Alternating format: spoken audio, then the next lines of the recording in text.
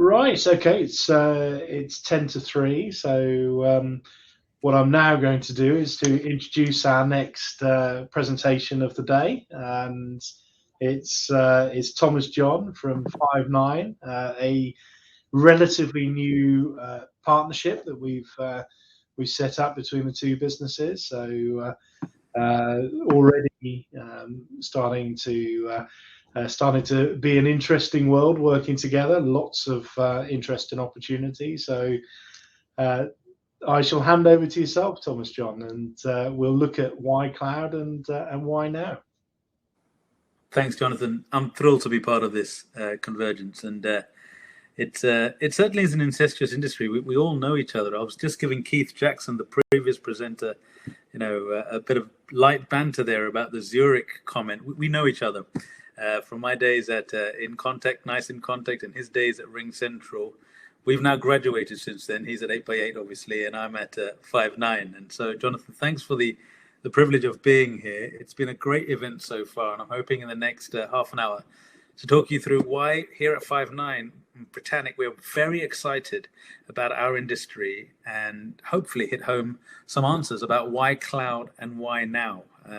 As this slide clearly shows, my title says that I'm responsible for the channel, so partners here in EMEA for Five9, and that's an important nugget there, not in titles as such, but the fact that here in international theatre, Five9 have a partner-centric strategy. So that means for net new business, partners are key to a force multiplier effect in what is clearly an inflection point market for us, which brings me on to the next slide. So why cloud and why now rather? I'd rather firstly just tackle why are we so excited and how rare a moment is an inflection point to any particular industry, because this term can be used for any industry. In our industry, the contact center, this inflection point is causing a migration, and to use a biblical word, an exodus from the premise world to the cloud, where Five9 and Britannic, as the logos show here, are ready and have had a lot of practice. So we've had 20 years of dress rehearsal for this moment. But what's caused the inflection point? As you can see there is cloud, AI, and pandemic. And I heard Dan earlier, the keynote speaker here, speak about how data is the new oil. And he's spot on, he nailed it. AI and cloud were really something that got the market, the contact center market, to the point where a decision was being made upon whether to go future with cloud or stay with their current premise, or in some cases go hybrid. The secular tailwind that pushed folk over the edge really has been the pandemic. That is the third point that actually has caused what is now an inflection point in our industry. I just want to hammer home the definition of inflection point here again, and I'll sound very much like a live Wikipedia, but effectively an inflection point is when a set of external circumstances change the landscape of an industry radically in a short period of time. Now that's a mouthful, so I think the best way to explain it is through pictures and analogy, where an inflection point happened at a last industry we all remember, and it's the mobile phone handset. Nokia was king, and in fact in Forbes magazines here, they pretty much put them at the top of the perch, never to be knocked off. And it was the same for Time magazine. And a lot of us on here probably do remember, particularly if you're not Gen Z and you're like me, Gen X, you'll remember Nokia, in fact, being everybody's handset of choice pretty much. What happened that year, the very same year that these things were touted about Nokia, was Apple released the iPhone version 1. And the rest, as they say, is history. Apple today is $1 trillion company, and the iPhone handset is on version, I believe, 13. So this, again, evidences that a real inflection point happened. And what I want to hit home here, hopefully, is the fact that one of the main reasons Apple were trusted by the consumer market was because they were seen as the innovator. They were born in that touchscreen UI and gave access to the internet to the consumer base at an ease of use that they demanded and expected. So that's just using one example. I want to bring back how Five9 and Britannic are in a similar lane back to the contact center industry, in that we were born in the cloud. So 20 years ago, we are seen as the consumers, as the market, as the innovator, as we've stayed true to the cloud over the last 20 years. And this slide talks to you again about the point where I say here, particularly in EMEA, we are channel centric. So our way to go into market, we feel, in terms of providing the best customer care wraparound, is to work with Britannic, who have a lot more expertise in other fields that give the consumer or the end user a much more holistic wraparound. And so that's the fourth sphere here you see in the top four spheres. The others are just giving you a little glimpse about some of the facts and figures that we've accrued over the last 20 years in our journey of experience in true cloud multi-tenant offering. As we see here, Rowan Trollope joined in 2018. He is our CEO, who was formerly at Cisco and today is a pioneer and actually leading out our strategy as CEO. Our CTO is Jonathan Rosenberg. Jonathan is someone who Rowan was one of the first folk to bring on as he joined as CEO. And Jonathan is co-author of SIP Protocol, as well as now today, head of our AI and CTO. So very exciting times as we move further in now. As you see the chronological graph below, you'll see our acquisitions have been true cloud and there to bring a wraparound for the contact center. We will always see a workforce management element, particularly when you go north of 200 seats. And our inference, the two that I want to touch on today, which is now known as Five9 Intelligent Virtual Agent, speaks to the demand for AI, where enterprises are asking us and other vendors to coach, how am I going to allow AI to optimize my contact center and therefore give a better customer experience to our customers? So hopefully the last two slides have really shown you why we're so excited here at Five9 about the industry. We believe the market is on fire. And here in Europe, there are 6 million contact center agents, of which a third are right here in our Isles, the UK. So that makes the total addressable market very, very big. And for us, certainly, an entrepreneurial thought comes into most people's mind in that we have to provide the best service for those who are now moving at a fast rate. Now, that said, only 10% circa, according to most analysts, have actually moved. So what we're looking at here is a huge 1/3 of Europe's market in the UK, and only 10% have moved from their previous legacy premise contact center. So now the total addressable market, as we look at that, becomes very exciting. It's a phenomenal opportunity. Is the rhetoric of this slide. And as you can see from the three pillars here, 2020 is the year that changed everything.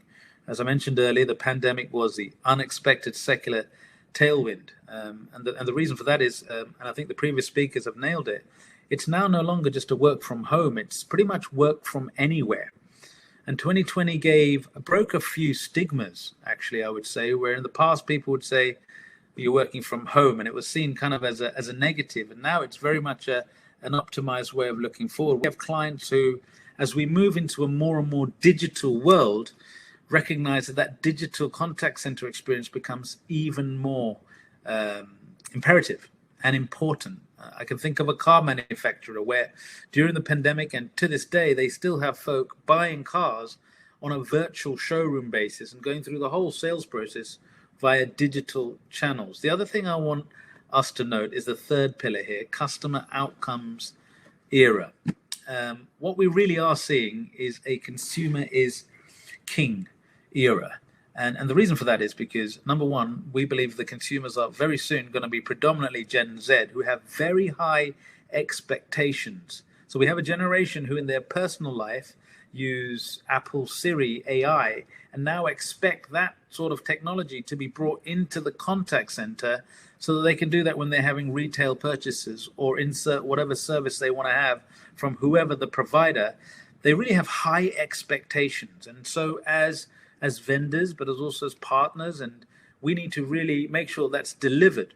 If it's not delivered, and back to my term of why the consumer is king, the choices are aplenty for the end user. The consumer has, and I'll use the coffee industry as an example here, has Costa, Nehru, Starbucks, and many other providers who they can alternate, and therefore the loyalty isn't as high as it used to be to the brand. And so this is all very exciting because this means that each brand has a responsibility to provide a very excellent level of customer service to retain that customer and therefore their commerce. So the final pillar of this presentation slide is to talk about consumer being king, because the choices are wide when it comes to brand.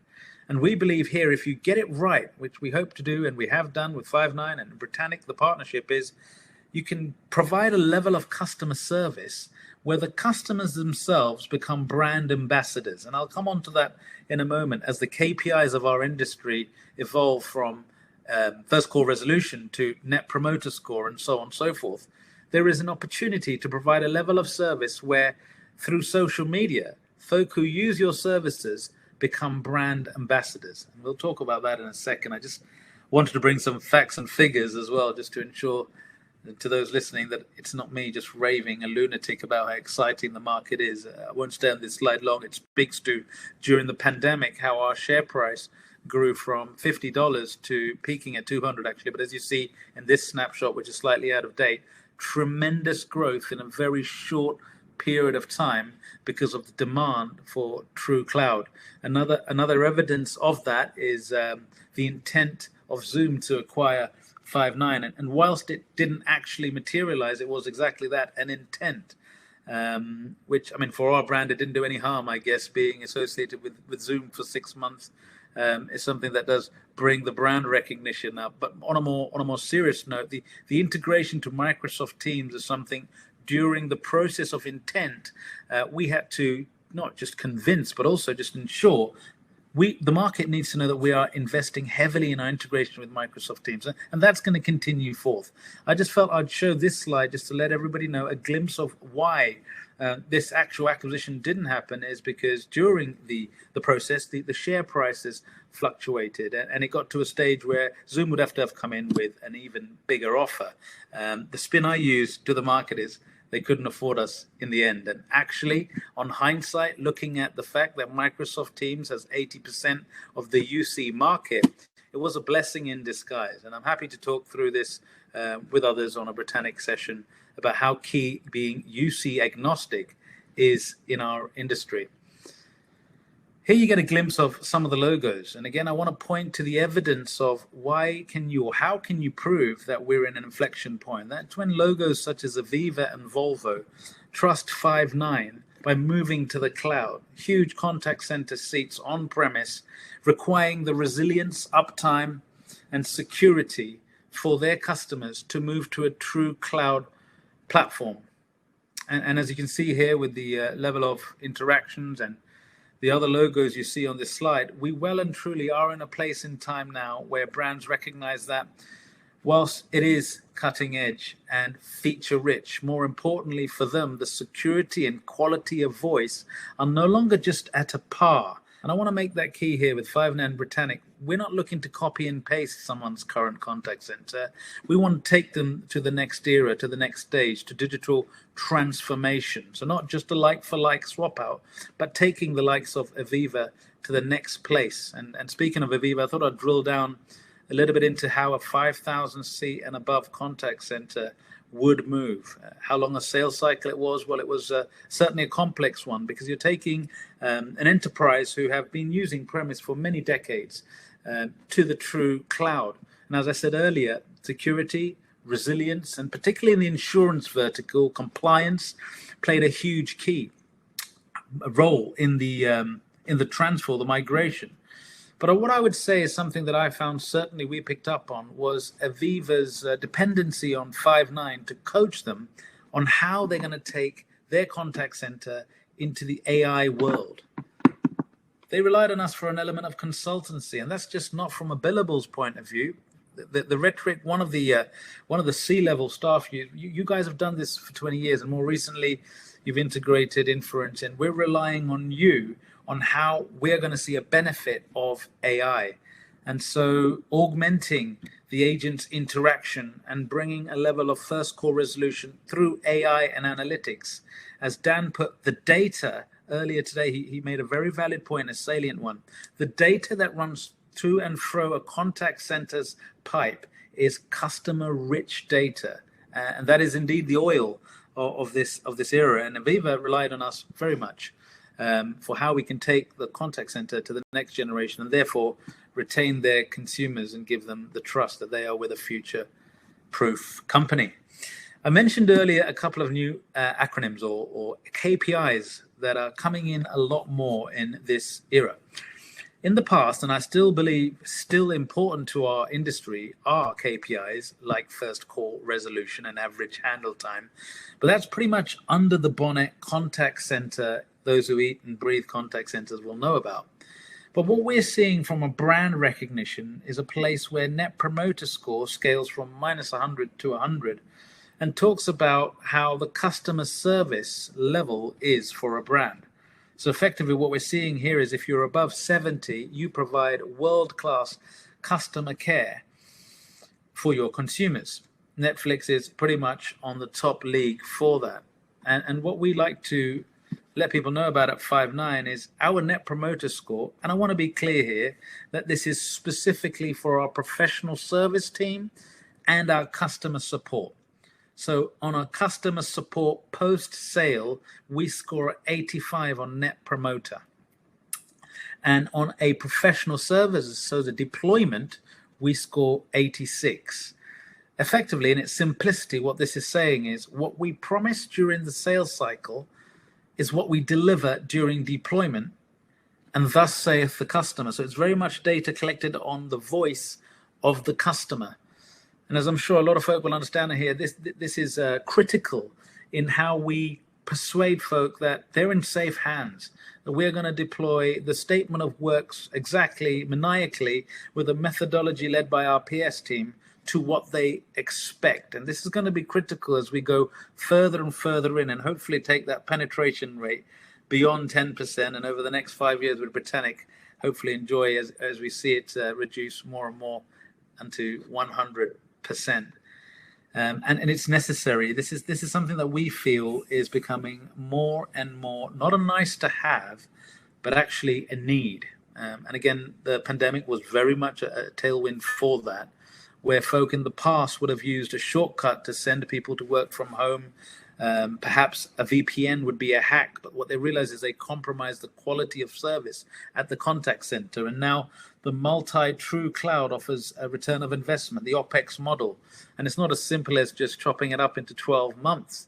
There's a lot of experience behind how you speak to peaks and troughs and manage out those kind of figures in terms of usage of agents. We also, as I spoke earlier, have the need to retain performance teams. And I'll be touching on it later on this presentation as to how important the agent is to the quality of customer service he or she gives to the end user. And that's something you'll see very soon in one of the slides. In fact, so soon, it's the next one. To this day, the single biggest cost to the contact center is the agent. It's the human. And that's because of the salary, but more importantly to the CIO, the cost of training and seeing them leave with a very low, in some average cases, it's actually 2 months. And that's a huge cost to the business. And so what folk realize is we really need to have a solution to that. And previously working from a building in a contact center, this is something that in fact, I myself has worked as an agent in a contact center, and the prize for the most calls at the end of the day would have been a go on the pool table. And whilst that's great for about half an hour, it's not going to keep you employed longer than the time you have in your mind. The other factor I really want us to think about today is mental health, illness and condition, which is a subject that's close to my heart. It's and I want us to all just picture this for a second as we take a breath. The contact center industry or a call center agent didn't have the best or most glamorous of job in the first place. They're told to sit down and take calls and, more importantly, complaint calls more often than not. And what you'll find here is it does drain you. Now, in the pandemic, and as we see more and more with businesses and BPOs, they're now being told, well, you can work from home. So they no longer even have the buzz of working next to colleagues physically. They're in a room, alone at home, and told to get on with their job, and that is could be making many thousands of dials if they're outbound, or like I said earlier, receiving complaint calls inbound, and we have an impact on their mental health. So not just is this about dollars, pounds, and euros, this is also about the mental health of the agent. And I want to just underline here, if you have an unhappy, unenthused, unmotivated agent, then the chances are very high that they're going to give a bad experience as the calls keep coming in, and they don't stop. If you've worked in a contact center, you know that. What we're finding more and more successful, and all size enterprises, vertically agnostic in industry, are picking up on, is that gamifying their world is a game changer. That's a bad pun. I'm a daddy, so I'm allowed daddy jokes. It is a game changer. It is something that brings the virtual video gaming world into the life of an agent who, by the way, if they are Gen Z, are used to smartphone and live off their phones normally. So asking them to put their phone away in a locker or not have anything to do with their job was always going to be a switch off. Here, we bring the gamified experience into the contact center, and they get a virtual character, as you can see here. This is meant to be me. Somewhat flattering. I don't own a dog, but Mark Plant, our partner marketing director, has a sense of humor, and he put a dog there. And here, look, you can collect coins and tokens, but e-coins essentially allow you to purchase prizes. Now, those prizes could range between iPods to iPhones to PowerBook Max. And I often, if this was a live session, would ask folk, who do you think, or what do you think rather, is the most popular prize amongst this generation as they start saving these coins? And what people don't realize, it's actually Fridays off, so they can keep enough coins and take Fridays off. The ROI impact we've seen, particularly in the last 6 months, is phenomenal. Agents are staying for another 6 months longer. More importantly, their mental health is a lot higher in terms of enthusiasm, motivation. How do we measure that? Well, some of it isn't tangible, some of it is. The fact that they actually do e-learning at home, they actually, even out of office hours, will go home and learn about the product they're providing customer care to, so they can accelerate their point system and even compete with their peers the next day, because their world is now gamified. So that's another product that I feel we needed to hammer home today, just to tell you how exciting it is and how cloud, and why now we should move over and bring the technology to a future rich capacity. This is the, I call this the route to market spinning wheel. It's a segmented pie chart of all the partners that Five9 work with. If there's one word I want us to pull out of it, is the fact that we're agnostic when it comes to these lines of business. So CRM, it's not just Salesforce or Dynamics we work with, it's ServiceNow, it's Zendesk, and the CTI integration are deep in that we believe it's the end user who should tell us who they want to use from a CRM, from a UC, and from a WFM perspective. So if there's one thing we want to pull out of this slide, is that Five9, and as you can see there, Britannic being an authorized reseller of ours here, want to maintain an agnostic approach for the end user, so that it's them that dictate, based on their business needs, what are the solution providers they want to work with. And if it is in an arbitrary sense, Zoom, Salesforce, and Verint, then we need to be able to integrate, which we do, to those products. The other factor that we're finding more and more prevalent as we work with huge companies such as the insurance company I mentioned earlier, and more recently a global logistics company that actually doubles the size of Aviva, is the need for local data retention, but also quality of voice. And as we can see from this slide, we're expanding our data centers as well as using public cloud to get edge technology all across the world. As a lot of us here know, these big enterprises predominantly use gateways for those legacy providers who are onshore. So as the cloud goes further out, we at Five9 believe that it's in our interest now to invest in a far more wider reaching international carrier grade true cloud platform. So that's more of that. If you want to know, please contact Jonathan or the team, and we can talk more about how we're expanding across the globe. This is a partnership we're very excited about, and it's not just a software decision. This is a make or break situation. We like to say the contact center is the new front door. Hopefully I've managed to show that it's firstly a very exciting time. It is also a radically changing time. We're in transition mode, and therefore this is not just a software decision. This is going to impact an enterprise's life and their success when it comes to revenue.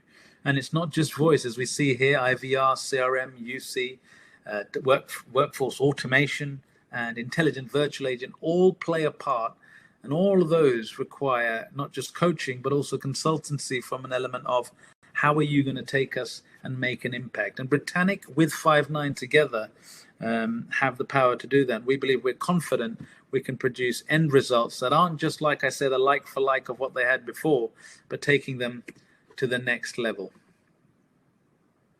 I just used that sentence, and I think it's apt to close with that, in the fact that the contact center is the new front door. It's something that our CEO Rowan mentioned, and I think it's something that is a great rhetoric to use, because essentially when folk do call in, whether it's to complain, and it's rarely to compliment, but more importantly to e-commerce, it is either through a website or through the contact center, and there's integration with our IVA into the website to produce the self-service element. So we're suddenly finding the contact center imperative and critical to the success of an enterprise. I think with that, we've reached the end of my slideware, and I believe, Jonathan, there he is. He's popped up just in time, and the monologue ends, Jonathan.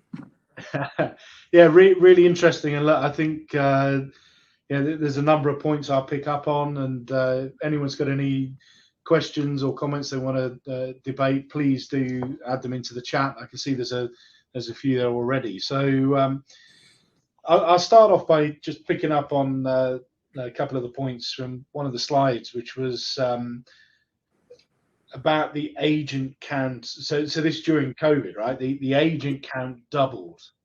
Now, I found that really interesting. The agent count doubled, and the agent minutes increased 1.5-fold. So I think that really points to the importance of the contact center in an organization, in being that front door into the business. But how did Five9 support that growth? Because that's pretty rapid, right? Doubling the number of people working within a contact center environment. So how did you and how could you support it more readily with a cloud type solution? Yeah, it's a great question. And the psychology behind the work from home factor is that it wasn't just contact center agents that had to work from home. In fact, at the peak, Jonathan, you remember everyone went home. So what people used to call back office suddenly have an element of front office about them, and our partners variant. But of course, we have our own workforce management solution through Virtual Observer, became a lot more prevalent to the entire enterprise. So it suddenly wasn't just the contact center agent that needed resource planning or motivation or call routing. You suddenly found the need for every single member of the enterprise almost. So that spoke to a lot of the doubling. But I guess the best way to answer that would also be talk to the integration to Teams and to Zoom from a UC point of view, to talk about presence and interoperability. So the ability for the agent to see the presence of a back office user. And in fact, I'm steering away from back office now. There's even a mid office term that we want to use, right? Because it's such a new place to be, that hence why the doubles the figures of the agents and so on and so forth. Okay, no, it's really interesting, and certainly in a time when so many organizations are and should focus on customer experience, and it's obviously a big battleground and differentiator that we should focus on. It does underline the importance that everyone involved in that interaction and that chain to support the customer has an impact on customer experience. And I think, Net Promoter Score, there's a number of other tools that people use, but certainly the growth and awareness of things such as Net Promoter Score or Customer Effort Score once again reinforces the importance of effective, effortless customer interaction and the impact it has on brand. And I think that there was a point you made about we're all brand advocates, right? And it's probably one of the most important parts of any marketing strategy is to make sure that the the brand advocates, the experience that people are getting based upon the increase in volume of surveys and things like TripAdvisor that people go to make decisions upon, right? So how can we? You talked about voice of the customer. How can we use technology to not only have a point in time around measuring likelihood to recommend, but how can we get a real sense of the temperature of the customer experience through every interaction to be able to funnel that back into our improvement and decision-making process? Yeah, and that's in fact, there's three parts to that question. So I'll take it from the top down, right? And the IVA, Intelligent Virtual Agent, is going to be key to that. It is on the spot, live data analytics, bringing forth not just the data, but you can also use that data to coach the agent. So you're suddenly entering an era where, it doesn't have to be a barge on a voice whisper into the agent's ear. We're talking about on their desktop, speaking about how to coach the agent on what to say next. And then a post-call survey. All of this lively retained, and through the gamification. But gamification is one part of an umbrella called performance dashboard. So that performance dashboard also collates a lot of that live data, and it's done through surveys. So we want to make sure that the customer is happy. And if they're not, more importantly, what can we do to compensate and make it happy next time? And I think as enterprises realize more and more, they need to do that, because the power of the voice of the customer is suddenly magnified because of the internet. You mentioned TripAdvisor. My wife, for example, doesn't go to a hospitality hotel website to choose where we're going to stay. Well, she will go to TripAdvisor to check what other users have aggregated and see their score. That's much more of a weighting system for Mrs. John than what Radisson would say about their website. I'm speaking arbitrarily here because I don't want any libel cases coming my way, right? But speaking of that, you suddenly have a place where, and as dangerous as it does sound, the reality is this: if you do not provide a great customer service, and if you're unlucky enough where that person has a lot of influence on the internet, you can actually see your brand crash and burn. I don't know if anyone has any free time later today. I urge you to look up United Brake Guitars, the airline industry who broke somebody's guitar. And unluckily for them, he was the lead singer of a band who wrote a song about it and uploaded it on YouTube. 100 million hits later, the brand's share price has taken a hit. So United Brakes Guitars is the actual YouTube link. But again, it speaks to what you said. Lastly, and this is the first part of your question, and it's a very pertinent point, there are a lot of components to the contact center and the sphere around it. You're talking about the CRM, you're talking about WFM, UC, and even within the contact center, IVA. How does an end user manage all those things? And I think that's where the power of a partner like Britannic comes in. Because we're going to focus on what we're good at, Five9. We're going to stay in that lane of true cloud contact center and maybe use some of the other ISVs within our ecosystem. But Britannic provide that, and I don't like the term one throat to choke. I prefer one back to pat. But you get what I mean by the whole sort of one place who they know is looking after our needs. And I think that's why the partner route to market is a very strong one, Jonathan. Thank you. And that is... it's absolutely key. It is that partnership approach across all stakeholders involved in change and optimizing how people are using technology to work. I think gamification is, it's a term that's been talked about for some time and really will gather momentum as we go. I think there's some tremendous use cases to improve the engagement and the motivation of how people work. And I agree with you. People, when they see the benefit and they see the rewards in a method and using tools that they're used to in their own personal lives, they do becoming more engaged. They do invest more time to build the skill set to positively compete. I think the other one is very much understanding that experience that's delivered through customers, and then using automation tools, whether it be tools such as IVA, to actually recommend learning points and improvement areas. I think that's going to be really important to lift the performance, the consistency of the experience across the organization. So I think there is a point there, isn't there, about technology helps to share best practice and learning, and if it's designed in the right way, you're able, and using tools such as gamification, you're able to lift the experience, which has a significant benefit to the brand value of the organization. Yeah, no, I couldn't agree more. And as William Irvine, who's a partner director for you guys, actually, says quite eloquently, this is now a need time, right? So if we don't figure it out now, then a lot of us in a lot of trouble there. And obviously, there's been a big, COVID, and has really helped to fuel the drive to the cloud. What would you say traditionally have been the barriers to move from on-premise to cloud, and are they still there? Are they easy to overcome? What considerations should customers have in that journey?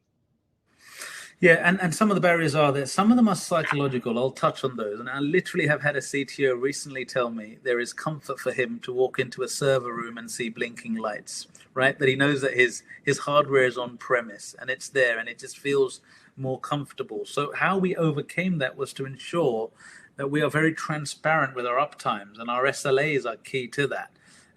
So when it comes to partners as well as end users, they have access to a trust site that talks about our uptimes. And of course, the transparency on updates and changes and so on, key to persuading a company to overcome the barrier of that resilience or uptime. I think that's one of the major issues we have there. The other issue, what I'm seeing more and more, is a technology or IT team who feel that they would become obsolete with an off-the-shelf, dare I say, contact center product. And I think that can also be said the same for IVA, where there's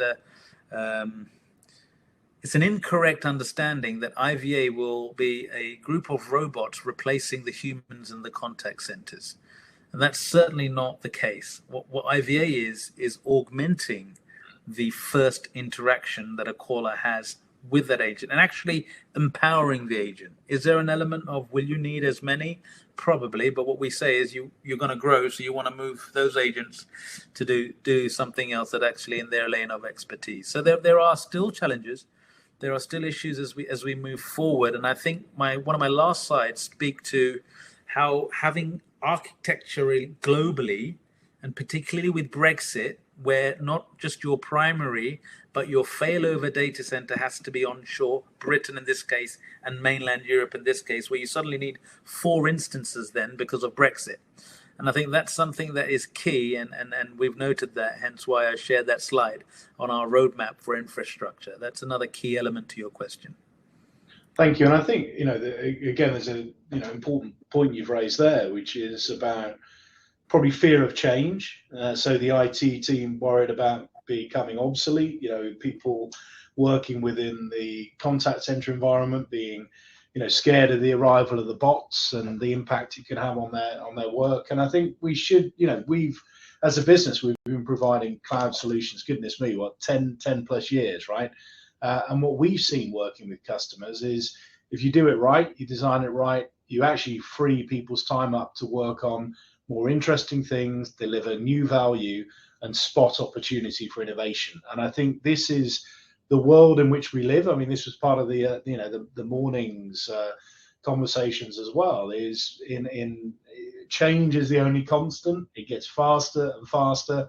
Customers' expectations are only ever going to go one way. We all need to work at speed. The complexity of what we do is going up and up. So it's about how do we compete, how do we redesign for this new economy, and part of that is actually freeing people up to give them the headspace to redesign and reimagine and create new value. So I think we shouldn't be afraid of cloud. It's a great opportunity to give people the not just the remit but the time back to reimagine what they do. And as I said, we've seen this across a number of customers where we end up working on new very interesting transformation projects versus just merely focusing on keeping the lights on, right? Yeah, no, totally. And I think what I would say is I once did say 3 years ago when asked this question, when you see finance or insurance companies as well as emergency services trust a true cloud platform, you will realize that we've got to a place where the trust is at a level of inflection point, and that's exactly where we're at now. So very exciting times. Absolutely, and I think that the last point I'll make there is, there's been a lot of talk today about customer experience and employee experience and how getting these things right, it creates, positive momentum and ultimately good business, right? Good business, good service. And, the point of using technology and gamification augmenting the workforce, the example you gave of agents staying on average 6 months longer in a time when resource is, there's a scarcity of resource and talent, and we want to train and bring people through. We need, that's a mutual investment. As business leaders, we need to make sure that we're investing in people and people are investing in us, and technology. Certainly from what you talked about there, you provided a number of examples where that can help to underpin that ethos. So thank you very much. No, it's okay. I want to thank you. I mean, I've stopped evangelizing cloud, Jonathan. That was 2 years ago. Now the problem we have, and it's a good problem, is the demand is at a very high level. And I'll speak on behalf of Rowan Trollope and Dan Birkland, our president of Five9. We have no intention to deal with that demand by hiring thousands of sales reps if we have precisely chosen partners across the region who is our preferred route to market. So that's a great problem to have, and we are very excited for both this partnership with Britannic, and I want to thank you for giving me the opportunity today to be at Convergence. Pleasure, and in return, we're very much looking forward to and already enjoy working with yourself. So thank you for your involvement today. Great presentation, and hopefully given some additional elements for people to consider in their future strategy. Thanks, Jonathan. Thank you.